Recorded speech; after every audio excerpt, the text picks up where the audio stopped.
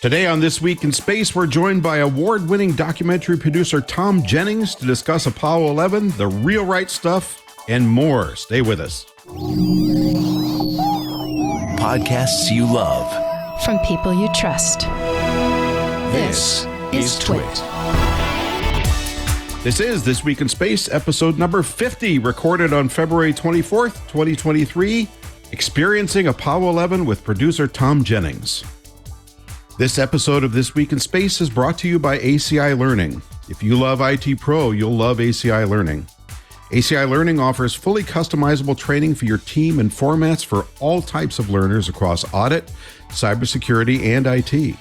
From entry-level training to putting people on the moon, ACI Learning has got you covered. Visit go.acilearning.com/twit to learn more.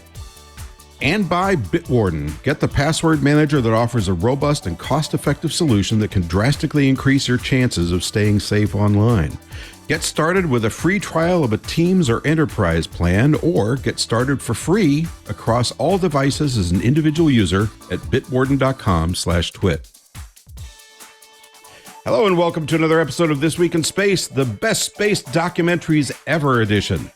I'm Rod Pyle, editor-in-chief of Ad Astra Magazine, as you all know, and I'm joined by the inviolate Tariq Malik. How are you today, Tariq? I've been better, Rod. I broke my phone, and that's just rubs you the wrong way to get off the street. But at least we get to talk about space, and that makes me feel better and warm and fuzzy inside. So I'm excited about that.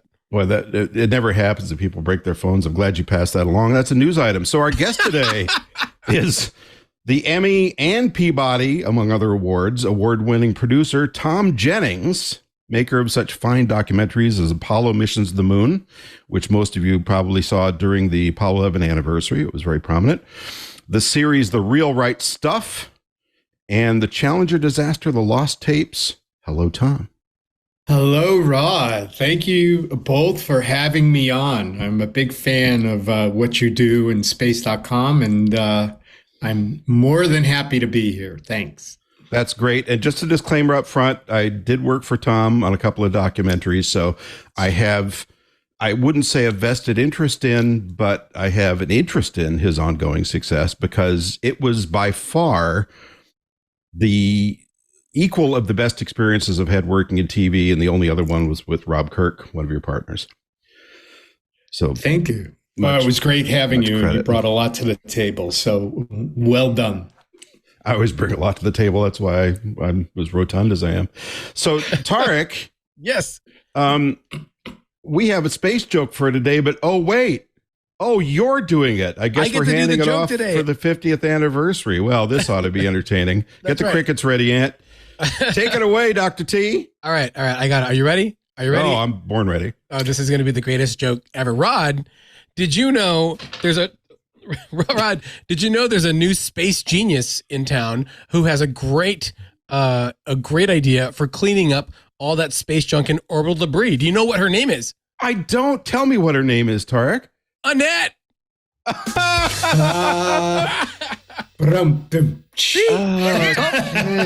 Tom laughed, so it's a good joke. Okay, well, that one was pretty good. Nice work, sir. Thank you, Aunt. That one. It works. Ed is on the board for this show and is the big heavy hand over the drum roll or the crickets. So you got drums today, Tariq. So congratulations for you, and an even better set from Tom. So as always, of course, we invite you, the vast listening public, to join Team Tariq and send us your best or worst space joke. Come on, we're waiting. I've gotten a few this week. Unfortunately, they were all ones we'd used already. So we're still waiting for those new ones. And if you can be like our former co-host, Jeffrey Notkin, and make one up, that's even better.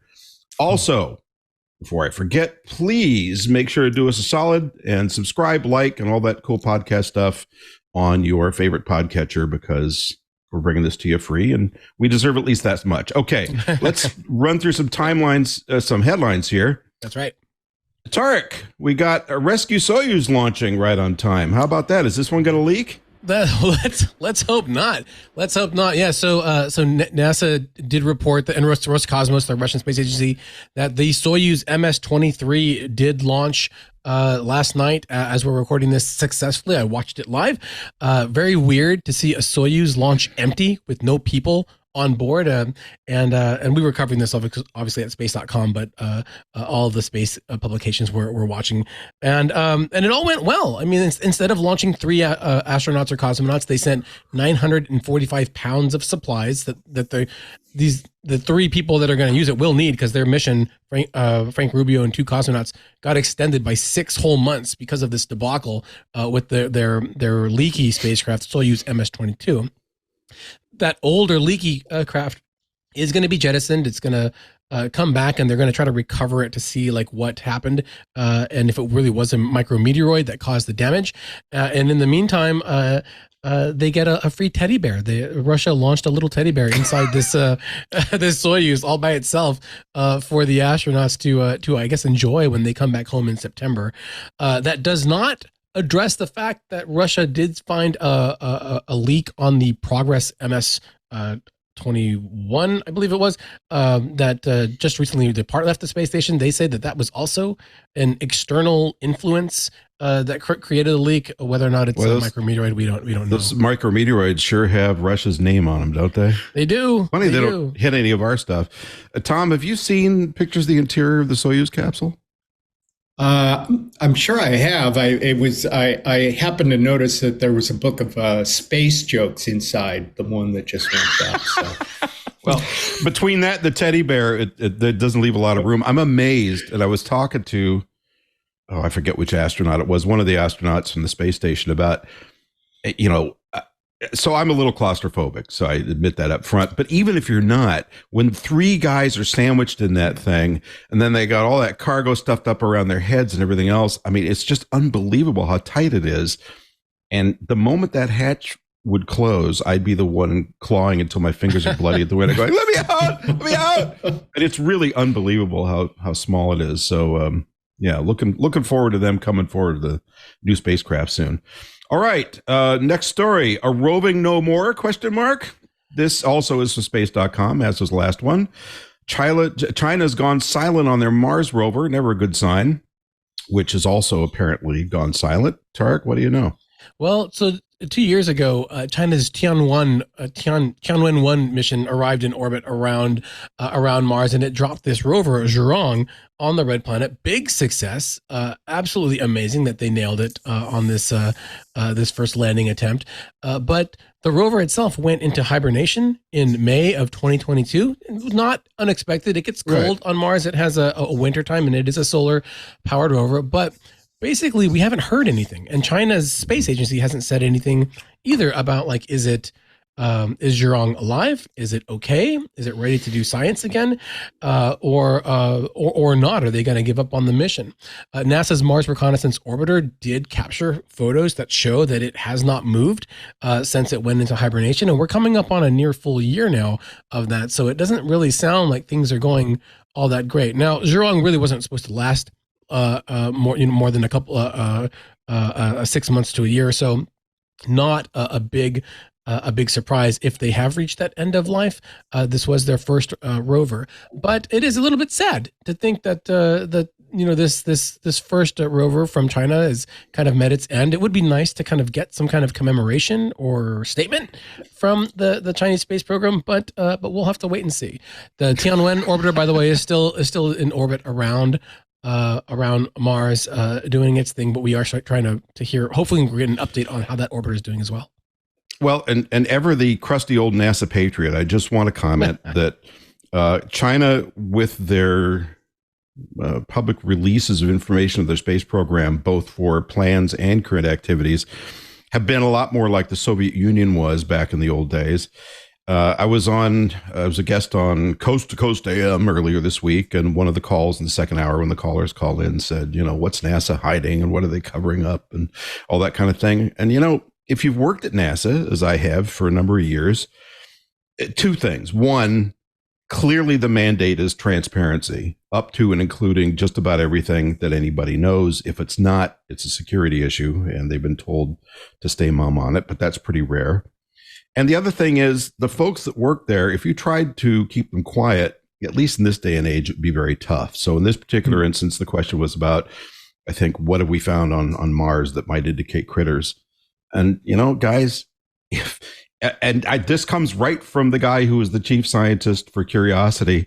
If they found a dinosaur femur on Mars, their funding would go up by a factor of 10 or 100. And that's a good day for anybody at a NASA Field Center. So I think we can credit our space agency with a lot of transparency. And I wish China would be a little more transparent with theirs, because when you write about them, as our friend Leonard David told me, I was asking him, where do you get your info on the Chinese space program? I mean, do you get anything from them? And the single word answer was vapors. So everything I get comes pretty much from their position papers that come out every couple of years. You're probably cleverer than that, Tariq, but that's me. Yeah. All right. Last story in the I don't want to grow up department from space.com. We have a new version of the Kerbal Space Program, Kerbal Space Program 2, a reboot with improved graphics and programming to rival NASA's own. Fill us in. Yeah, well, this was the big secret project that I was off traveling, covering a few episodes ago, and I'm really excited. Today, as we record, this is launch day for Kerbal Space Program 2. It's a space simulator, super challenging for new folks, and that's what's great about this new entry.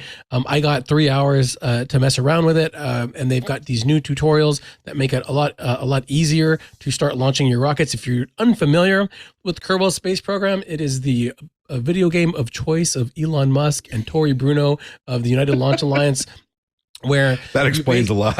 You basically get to, you're playing in this sandbox where you get to build and design your own rockets. They can be as crazy as you want to build them, and then you get to launch them and see if you can get into orbit. And there's a whole little solar system for the Kerbals to explore. They have a version of the moon they call Mun. There's a version of Venus that they call Eve that is very difficult to land on, which I found out the hard way.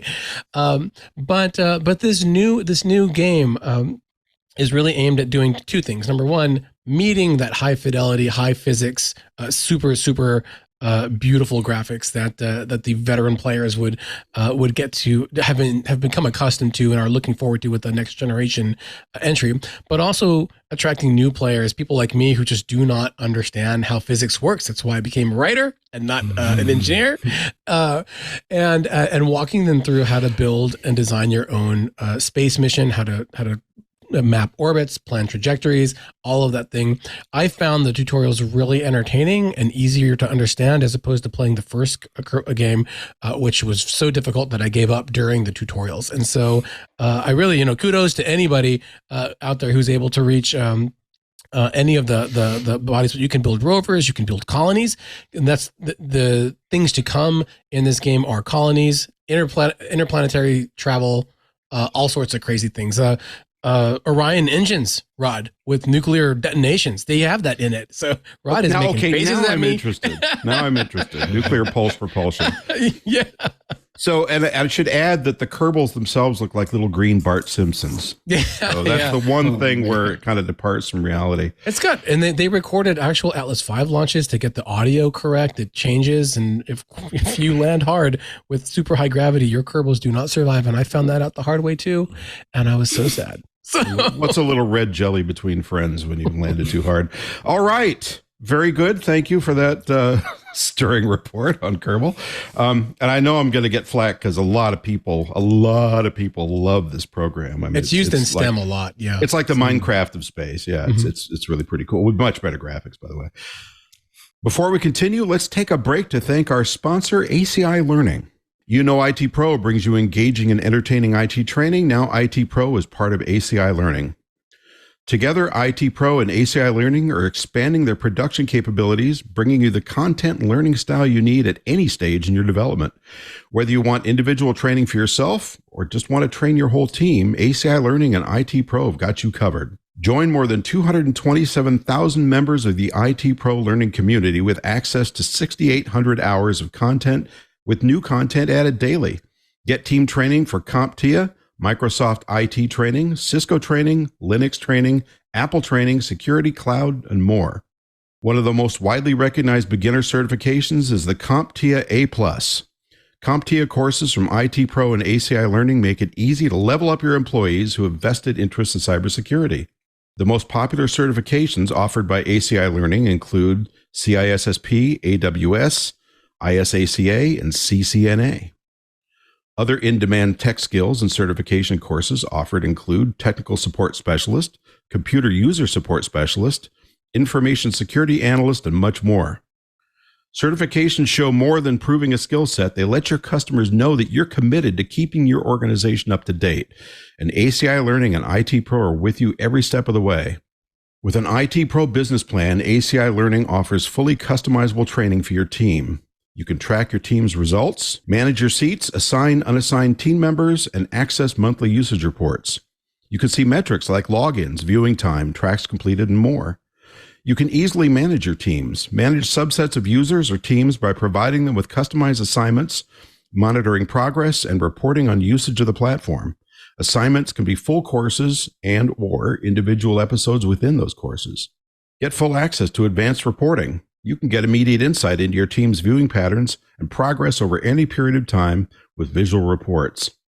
You know, in my past, I spent a lot of time doing instructional videos, and the stuff that I saw in that trade looked like something your Uncle Morty might have put together, or worse yet, bad public access TV, if you remember that. I worked in that too.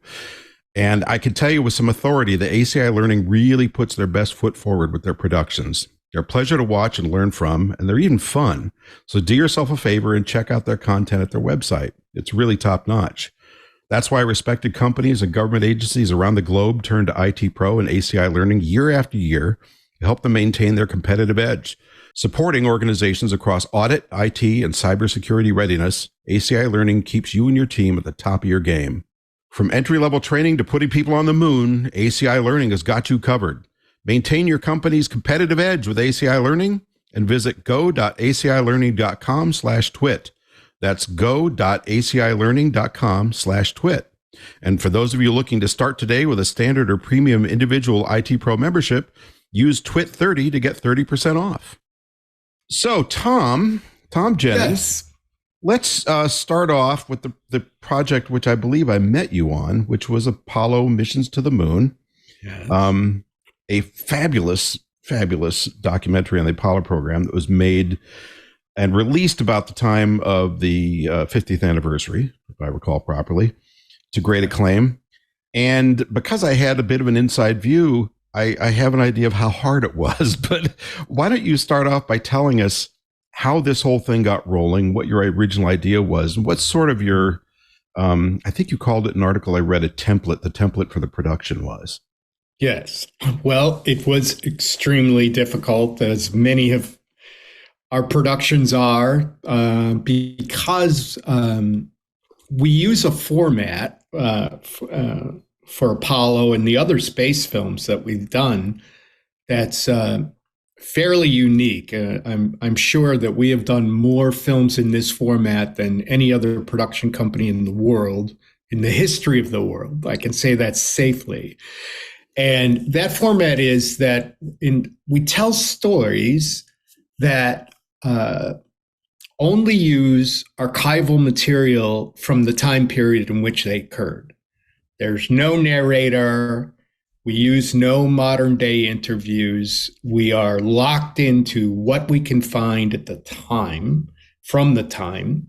And the idea is to take the viewer and put them in front of their television set in 1969, for example, and let them experience as close to what we can create, what it was like to be alive and live through those moments.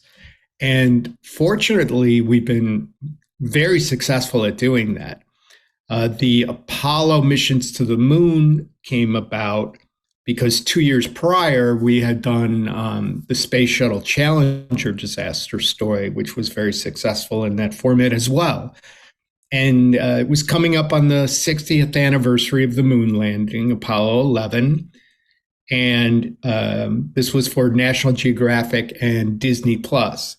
And they said, everybody's going to do 11, right? So why don't you do all the Apollo missions, from 1, through 17, and tell us the entire story? Of course, 11 would be a big part of it.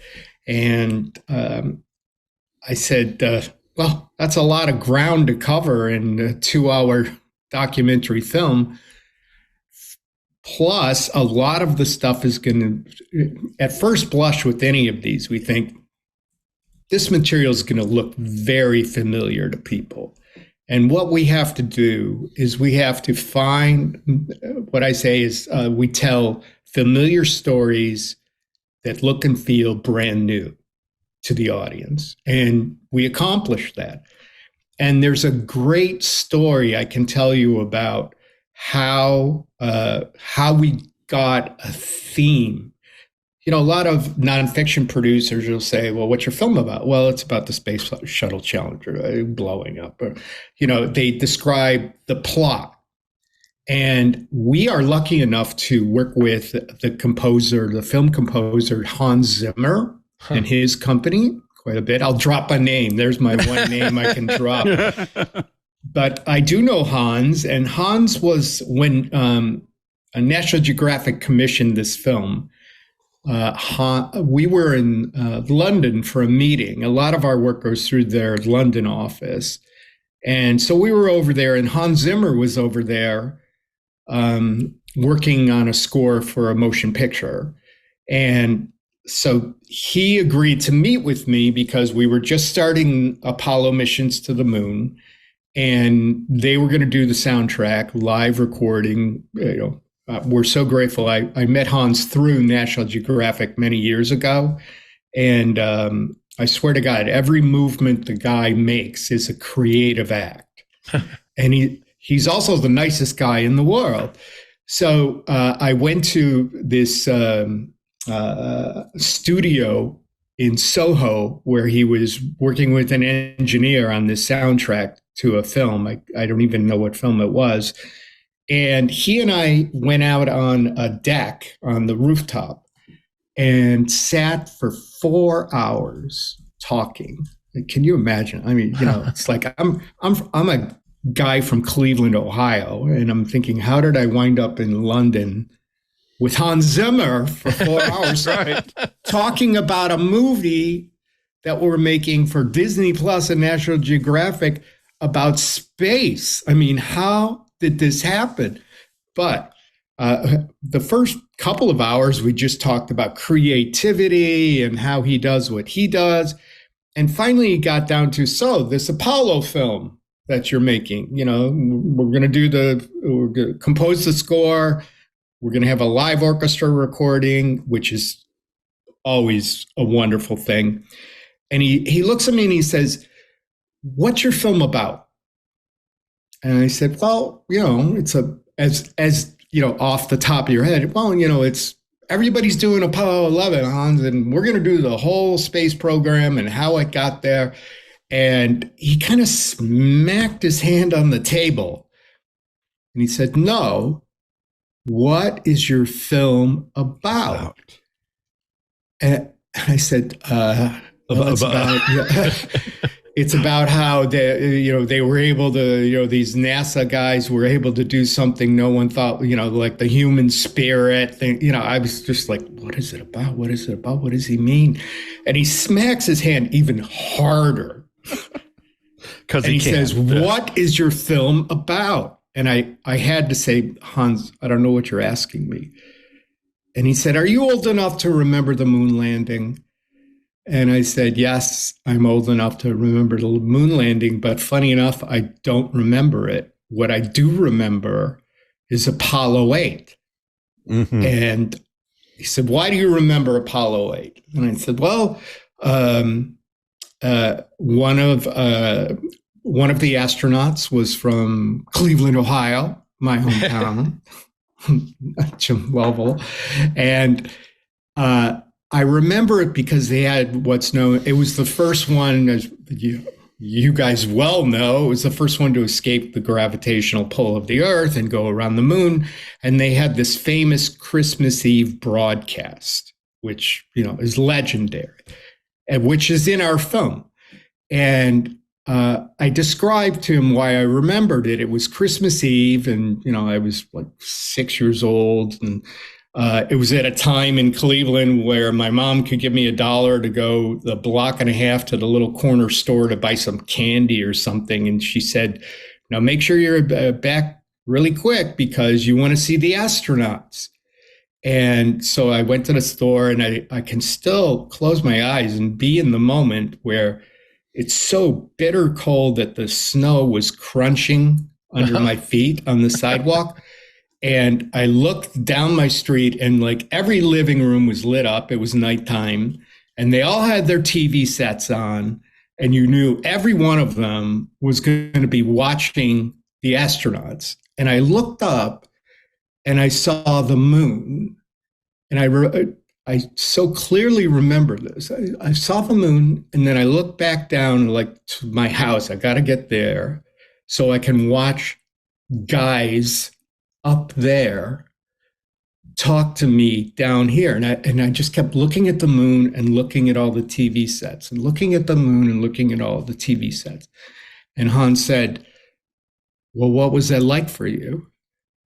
And I said, it was like magic. And then he smacked his hand again, and he said, that's what your film is about. It's about magic. And that's how we got our marching orders from Hans Zimmer, and I'm forever grateful. I learned more about storytelling in those hours with him than I had in a long time. And it turned out it was about magic. And the film was very successful. We did cover everything, some more than others. We always make sure to find lost archive, Rod, as you know. We find things that no one else thought existed. We often don't rely on national news broadcasts because, you know, it's too easy to just pull Walter Cronkite. We look for local markets where, for example, the astronauts are from to help tell the stories, because then you're seeing the story in a brand new way. You've never seen this guy from on air in Cleveland, Ohio, but he's fascinating and he's so enthusiastic because a local is involved in all of this. So that's how we stitched it together. And not only was it magic, but a year later, it was nominated for a Producers Guild of America award, which is a pretty big award. And it was in the category of a movie for streaming or cable broadcast. And of the 5 films, Apollo Missions to the Moon was the only documentary. We were up against the motion picture versions of things like Breaking Bad, Deadwood, Black Mirror. I mean, you know, no one thought we were going to win. And we got to the category and they announced the winner, and it was us. We won. And, you know, people are like, who the hell is this guy? You know, when you have all these stars. And the funny thing I remember is that I got up on the podium and I looked down. Of course, my wife and I were seated far in the back of the room. That's where, you know, because no one expected much out of our little film. And I looked down, and the table right in front was the entire cast of The Irishman, along with Martin Scorsese. And I was just like, man, this is a long way from Cleveland. Well, and I just would like to add, years ago, I was involved with the Producers Guild for, I don't know, 6 or 7 years. And I was co-chair of the documentary committee, which is pretty small. You know, it was about, I don't know, 8 or 10 people. And we didn't have a big voice in that organization because we were documentaries, right? And that wasn't really their primary focus. So I don't know how it's changed over the years, but I suspect it was a pretty tough uphill slog to get that award to you guys. So you really earned it. So congratulations. That's a big moment. It was huge. Yeah. You know, I was really struck in the film about like the emotion that goes through it, because there's a lot of excitement that you can see when the people on the street being interviewed. There's the astronauts' spouses talking about. I think there's one with Anders' wife where she mentions that the son has realized that the dad's in space, and is it actually dangerous? And it's like, the mission's going already, you know. And you know, what do you say? And I'm curious about the challenge of maintaining this kind of simultaneous emotion of, this is something that happened. here's how what people were excited, but like were really scared, but were also really kind of behind it as it was going on, and then keeping that all the way through the ups and the downs, because it seems like this Herculean effort, and I can't even imagine where you would start when you're going to chronicle like this multi-year project, from to get from the Earth to the Moon and then to land, and then find all these snippets from Cleveland, from the sources that that maybe are a little bit more out of the way as opposed to like the official NASA archives or whatnot.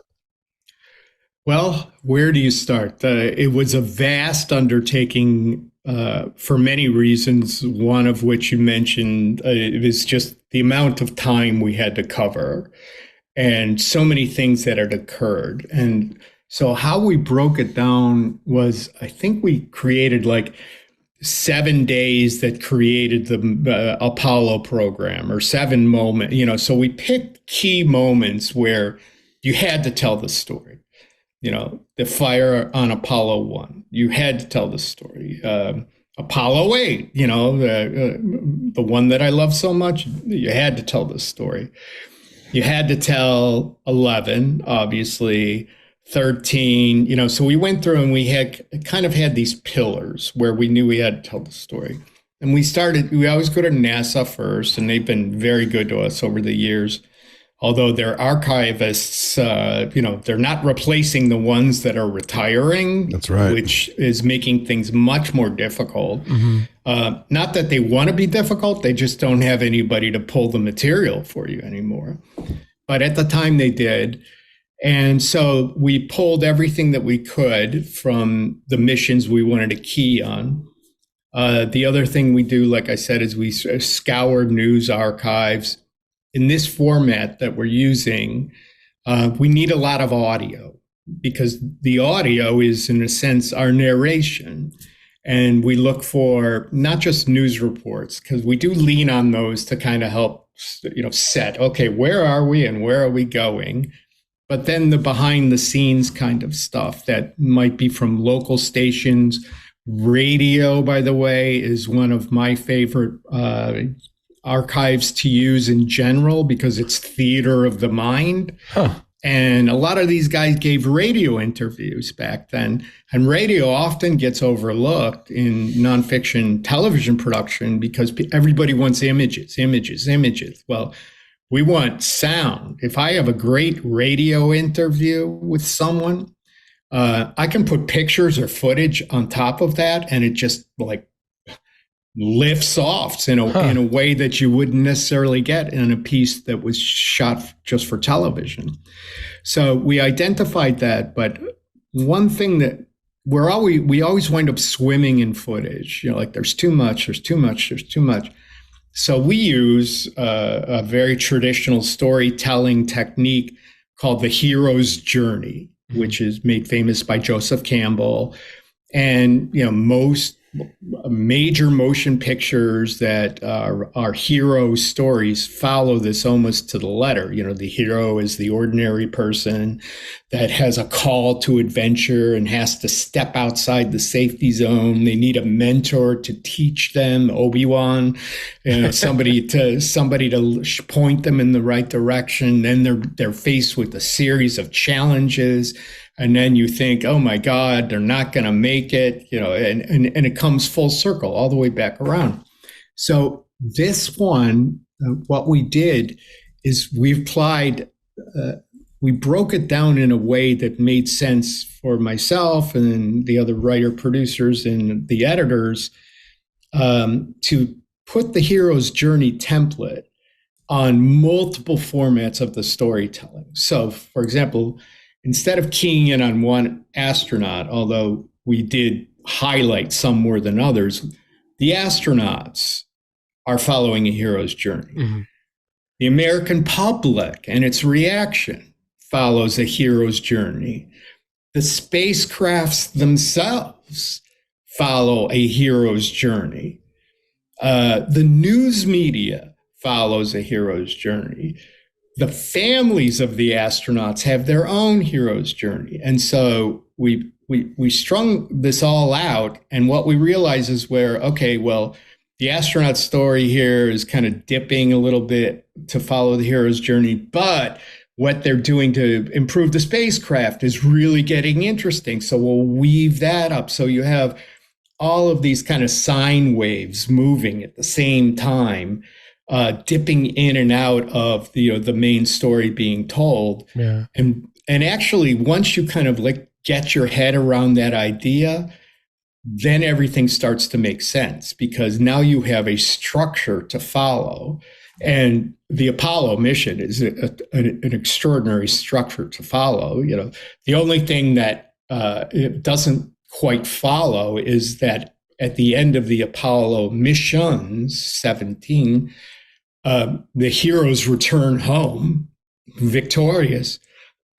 Excuse me, is bittersweet. They pulled the plug, but we end the film with mentioning, they're going to start doing this thing called a shuttle. It's like a bus in space. So you get the sense that, okay, this was all not for naught.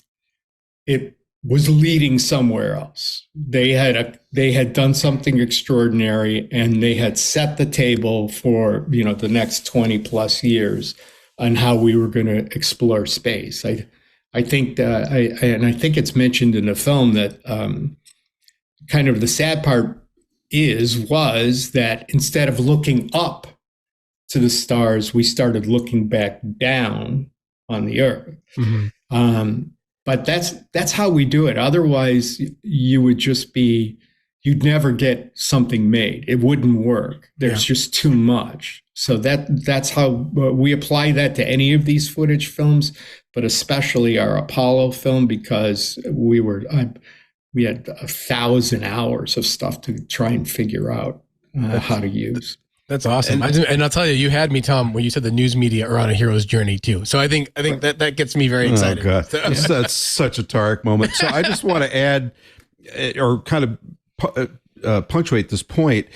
This is, when you say found footage and the format of this thing, this documentary and the real right stuff are told in the moment, right? So you don't use narration. You don't have that convenient crutch of the voice of God or Walter Cronkite coming in and saying, then the astronauts went to the pad. It's got to be told in audio and pictures, but especially tough in audio from that period. And I've been to the Johnson Space Center archives over at University of Houston Clear Lake. I've been to the National Archives. I've been to, I think it was KSC's. I've been to a bunch of these archives. And as you kind of touched on, it's not the most organized experience. It depends on when you're there. Johnson, the University of Houston Clear Lake recently got a big shipment from Johnson, and it was characterized off the record as basically a couple of moving trucks pulling up, some pallets were unloaded, and they said, see ya. So when I was there working on, I think it was your Real Right Stuff show, I was in the back room, and the archivist is great, but it's the archivist and one assistant, and this end of Raiders of the Lost Ark looking storehouse. So you're looking at boxes, many of which aren't even marked, or they might have a quick mark. So just as an example, I pulled out one reel-to-reel tape in a box of white reel-to-reel tape boxes, almost none of which were marked. One was, and it said Gus and John. And I thought, this has got to be an interview with Gus Grissom and John Young or John Glenn. John Glenn, right. And I didn't get a chance to hear it. But I mean, the stuff that's there that we don't even know about yet, because, let's bear in mind when they were flying these missions, they weren't thinking about us 50, 60 years out. They were thinking about, we got to move on to the next thing, shove that stuff in the back room and keep going. And one last point I want to make, which maybe you can address, most of what you're using, at least of NASA stuff from the time, is 16 millimeter. And a 16 millimeter film frame, for anyone who doesn't remember the bad old days of scissors and glue and film, which I do, is about the size of your thumbnail. It's really small, and it's little silver grains that are either black and white or color. There's only so much you can get out of that, but you did a masterful job with what you could get. What was that process like? Well, film in general is automatically in high definition as compared to video. The film, 8 millimeter, 16 millimeter, it's just the frames are so much more dense. However, some of the problem we have is oftentimes there's not time or budget or resources within a particular archive to scan the master. So we get a video copy of the master tape, which loses some of the quality. But we have great finishing editors, they're called. They help restore the film. With something like Apollo, there's so much material. Like if we just needed various B-roll is, shots that aren't kind of general, showing a rocket going up or something. Although we're very specific, we're going to show the right rocket going up. That's another thing that we do that sets us apart. There's usually something a little bit better somewhere on that reel or another reel. You just have to take the time to go through it. And I want to reinforce the fact that no one's ever, I started out as a print journalist right out of college. Yay. Before I kind of stumbled into doing, lucky me, who knew? So I bring this kind of exacting journalism sense of professionalism to what we do. And I instill that in the young people in my staff. We're not going to cheat. We're not going to show Apollo, 8 going up, but we're going to use, a different mission because the shots are better. Either we have the shot or we don't. If it's a general type of thing, especially because we're covering so many years, even if it's just like societal stuff or man on the street interviews, our rule, and we do this for anything, is if we're going to show a general kind of, interlude between exact story points, we give ourselves 3 months on either side of the events that we're following from which the image can originate. So we did a film, it's not space related, but on Princess Diana, for example, and Princess Diana in the same format. And sometimes you'll see a Princess Diana documentary where they'll be talking about Diana in 1986, but showing images of her in 1992 because they're better or she looked better. And it's like, well, no, that's wrong. Yeah, that's misleading and it's out of context. So we're very, very careful to keep everything in context. And I know Rod helped us a lot, making sure to keep us honest during the Apollo missions to the moon. So we do clean up the film where we can. We don't completely restore the film because that is a very expensive process. If we have a shot that's unbelievable and must be used and has not been seen in 50 years, we'll get a shot or two restored to bring it to its previous glory. But in general, we have enough tools now. Computer editing machines are beyond belief. Although my editors won't let me get anywhere near the editing equipment because I don't know what I'm doing. And they say that Tom behind an editing keyboard is like North Korea having the bomb, because I'll find the one button. It's like, oh, what does that do? And then boom. So they keep me away from that, and probably for a good reason. But that's how we do it. They have so many tools now that we can really scrub up some footage and make it look really great. And the fact that most of it was shot on film originally starts us at a higher level than if we're using video. All right, stand by one for a word from our sponsor, Bitwarden. Bitwarden is the only open source cross-platform password manager that can be used at home, at work, or on the go, and is trusted by millions. Even our very own Steve Gibson has switched over. With Bitwarden, you can securely store credentials across personal and business worlds. All of your data in your Bitwarden vault is end-to-end encrypted, and not just your passwords. That's including URLs for all websites you have accounts for. Bitwarden doesn't track your data in the mobile apps, only crash reporting, and even that's removed in the F-Droid installation. Bitwarden is open source and invites anyone to review library implementations at any time on GitHub, and also to review the Bitwarden privacy policies at bitwarden.com/privacy. Protect your personal data and privacy with Bitwarden by adding security to your passwords with strong, randomly generated passwords for each account. And you can go a step further with the username generator and create unique usernames for each account as well, or even use any of the 5 integrated email alias services. Bitwarden offers email alias generation with simple login, a non-ADDI, Firefox Relay, Fastmail, and now DuckDuckGo. These services will allow you to create a masked email address, one that you could use for only one website, for example, and forwards any emails to your primary email account. This keeps your main email address out of the databases of the services and sites you sign up for. Bitwarden is a must-need for your business. It's fully customizable and adapts to your business needs. Their Teams organization option is $3 a month per user, and their enterprise organization plan is just $5 a month per user. Share private data securely with coworkers across departments or even the entire company. Individuals can use their basic free account forever for an unlimited number of passwords or upgrade anytime to their premium account for less than $1 a month. The family organization option gives up to 6 users premium features for only $3.33 a month. Bitwarden supports importing and migrating from many other programs too. At TWiT, we're fans of password managers. Bitwarden is the only open source cross-platform password manager that can be used at home, on the go, or at work, and is trusted by millions of individuals, teams, and organizations worldwide.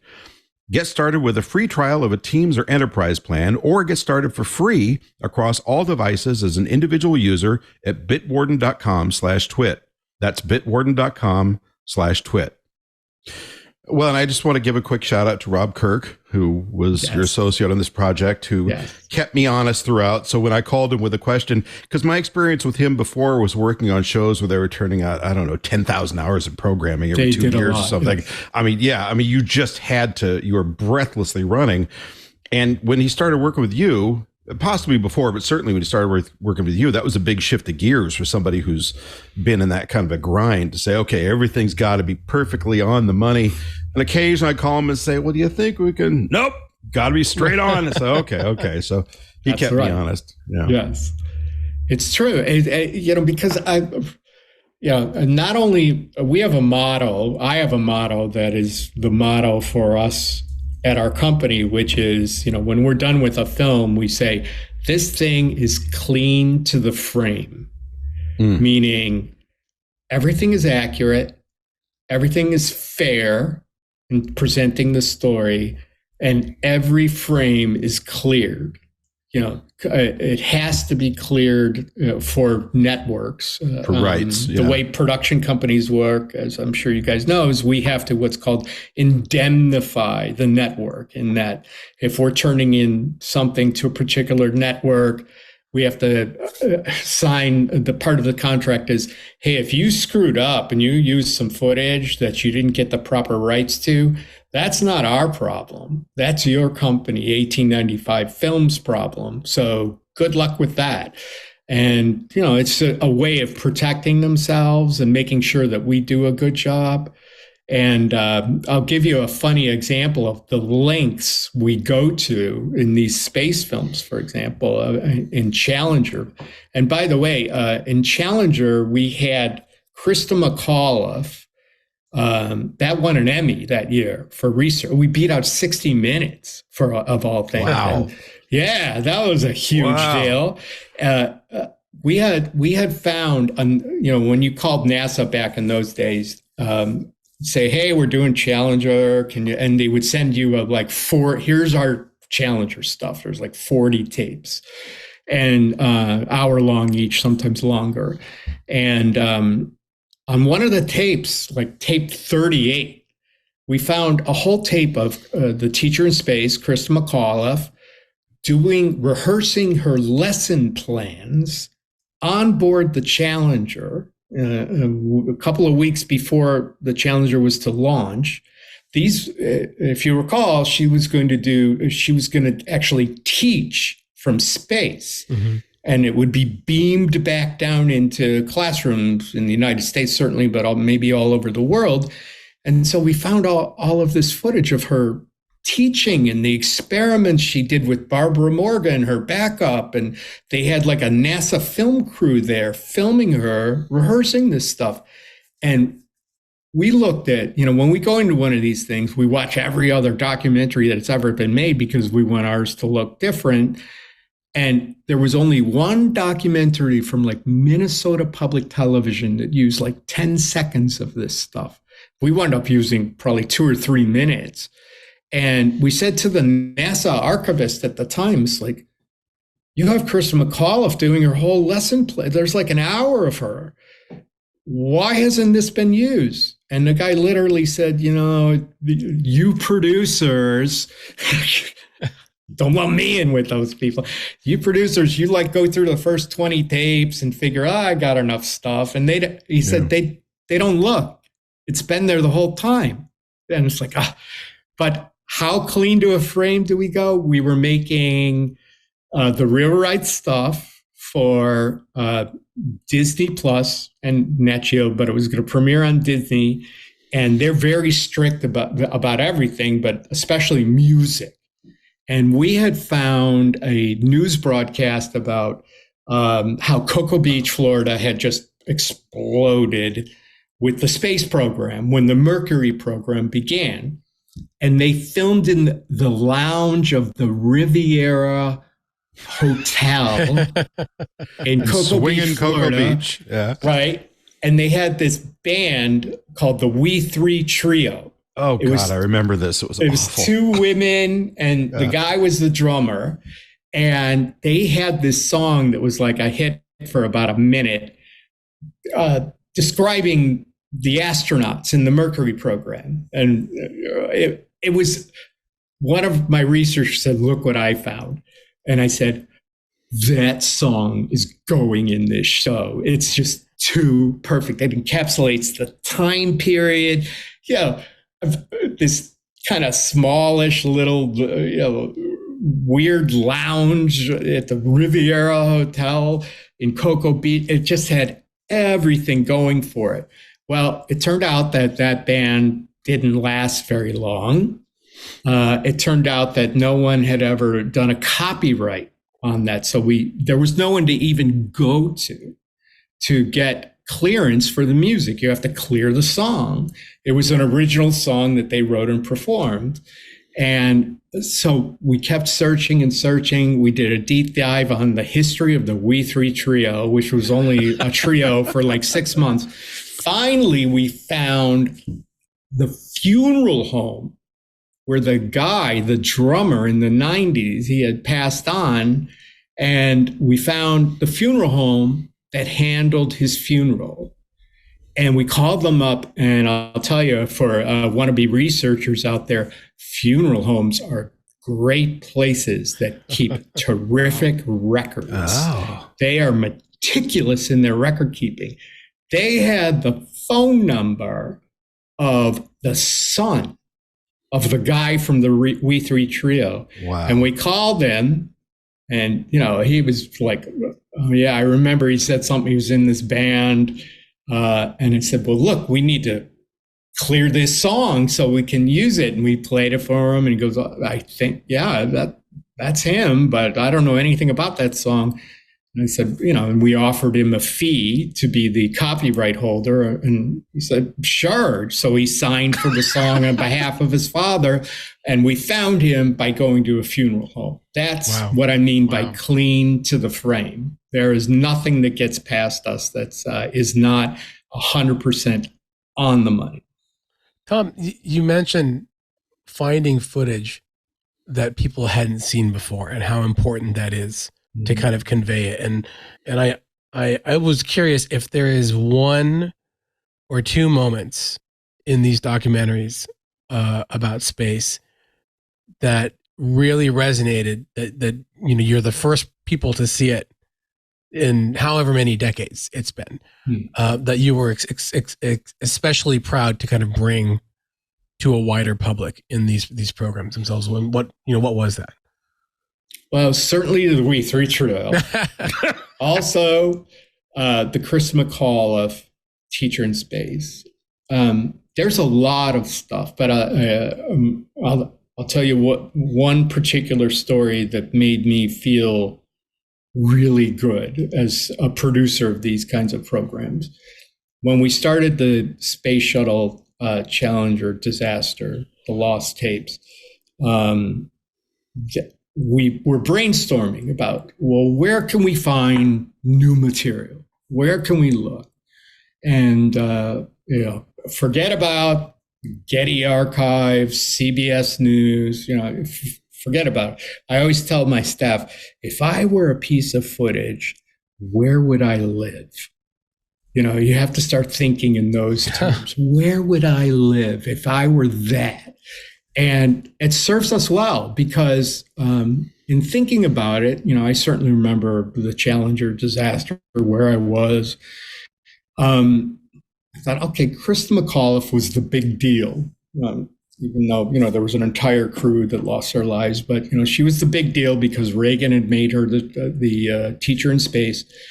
And I thought Krista McAuliffe was from Concord, New Hampshire. And I wonder, so I had one of my researchers, I said, see if there's a local TV or radio station in Concord, New Hampshire that was around in 1986 that perhaps covered Krista. And we went through, and a lot of them had like little things, but there was a news oriented, not all news 24/7, but there was a station up there, I think it's called KJOY. And we contacted them, and the current news director, he couldn't believe that someone from National Geographic was calling. And he said, our news director, the guy's name was Jerry Little at the time, Jerry Little shadowed Krista McAuliffe for an entire year during her training, and he was in the stands in Florida when it blew up, live. And he said, we've had all this stuff for 30 years and no one's ever asked us to use it. I mean, he was almost weeping that finally this incredible archive that they saved because they knew how valuable it was to the history of Krista and the space shuttle program, they kept it. They kept everything. And, the guy thought it was a crank call. He couldn't believe that someone would want to license their shuttle stuff. And Jerry Little became one of our hero's journey voices throughout the film. And it was extraordinarily remarkable. And his coverage, he's a local guy. He's so enthusiastic about Krista being from Concord. It's exactly what you would expect from a local guy covering a national hero. Right. And the heartbreak at the end, when he literally on the air said, I'm sorry, I can't do this anymore. I can't talk right now. And, so to be able to, that isn't a specific shot or sequence, that's like an entire archive that how no one ever in my business ever thought to call the radio station in Concord, New Hampshire, where they have hundreds of hours of coverage because of all the following around the raw stuff, not the cut to air. And it sat there for 30 years and no one touched it until that came along. That's why you have Emmy and Peabody Awards. I have two tellies. I want to wrap up on a question. I'm sorry I'm diving back into the geeky technical part, but this was just such a big deal for me. Yeah. I believe it was for the Apollo film where you found in process, or maybe you commissioned it, the syncing of 30 separate tracks of mission control audio.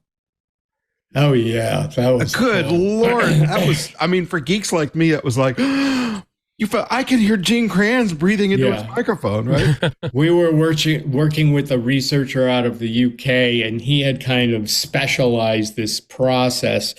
Yeah, it's extraordinarily difficult how it works. And we did some of it ourselves in that film and some other of the like in the Real Right Stuff. What you have to do is there's the audio is stored in one place, and the film, which was run without an audio person with them, is stored somewhere else. And so you have to get the audio footage from whatever day you're hoping, you can make this magic happen. And then you go to the film vault, wherever it is, and see if they were shooting that day. And then you have to figure out time of day. Like, okay, I think this is like around the 12 o'clock hour. And literally what you have to do is start going frame by frame, and you hear somebody say a particular phrase, and then you look at the film footage until you find the spot where it met, and then the editors, has to be exactly in sync. They line that spot up, and all of a sudden you have, an hour of footage that is brought to life in a way that people have never seen or heard before. Right. Because no one's bothered to put this stuff together. So it's a very tedious process, but when it's done, and there are researchers that specialize in doing just this, but it's their life's work because that's how long it's going to take to pull this off. The magic of it just, it's like using radio for me. It's just everything your mind expands because you don't expect. We've been so used to just seeing shots of Mission Control from the 60s with no one, without any sound. They're talking, but you never hear anything. And that's because it's not married. I think it would take 50 years to marry all of that stuff together. But if you know exactly what you'd like or what day, then anything is possible. Well, that's an upright moviola moment right there. Yes. And that's where we're going to close. It's been great having you. I would love to do this again to talk more about the Real Right Stuff, which was also a great show and a huge challenge. But thanks for joining us today to discuss some of the finest space documentaries around. And you can check them out on Disney Plus and National Geographic Channel, depending on which one you want to see. They're going to be in a different spot. Tom, where's the best place online for us to keep up with what you're up to and what's new? Sure. We have a company website. It's www.1895films.com. All our latest and greatest is on there. There's clips from films. There's a way to contact us if you have any questions. We're always willing to answer questions. And by the way, 1895 is not our street address, which some people say, oh, what is that about? It's a little inside baseball. It's the year of the first motion picture camera. The Lumiere brothers in Paris had the famous screening of the train coming into the station, and supposedly people went screaming into the streets. And because we do a lot of history programming, we thought it was a nice tip of the cap to where this all started. Very good. And Tariq, where can we find you thinking up new, lame, worse than mine space jokes? Well, I am at space.com on the internets. As always, you can find me on Twitter at Tariq J. Malik. And this weekend, if you're lucky, you'll find me in the forests of New Jersey, shepherding some Girl Scouts all around the countryside. It's going to be fun. And hopefully we'll find you at some point coming home from that. And of course, you can always peek at me at pylebooks.com, which I've just updated a bit, or at astromagazine.com for the magazine that I edit. And I'm also on Facebook, Twitter, and occasionally Instagram. Please don't forget to drop us a line at your convenience at twit.tv. That's TWIS at twit.tv. We welcome your comments, suggestions, and ideas. And don't forget to like us or give us a thumbs up or a big smile or a poke in the eye at your favorite podcatcher, because we love every kudo we get. New episodes of this podcast published every Friday from your favorite podcatcher, so make sure to subscribe and tell your friends. Also, don't forget you can get all the great programming on the TWiT network ad-free on Club TWiT, as well as some extras that are only available there, including our after hours occasionally, for just $7 a month. And you can also visit our website at twit.tv/TWIS.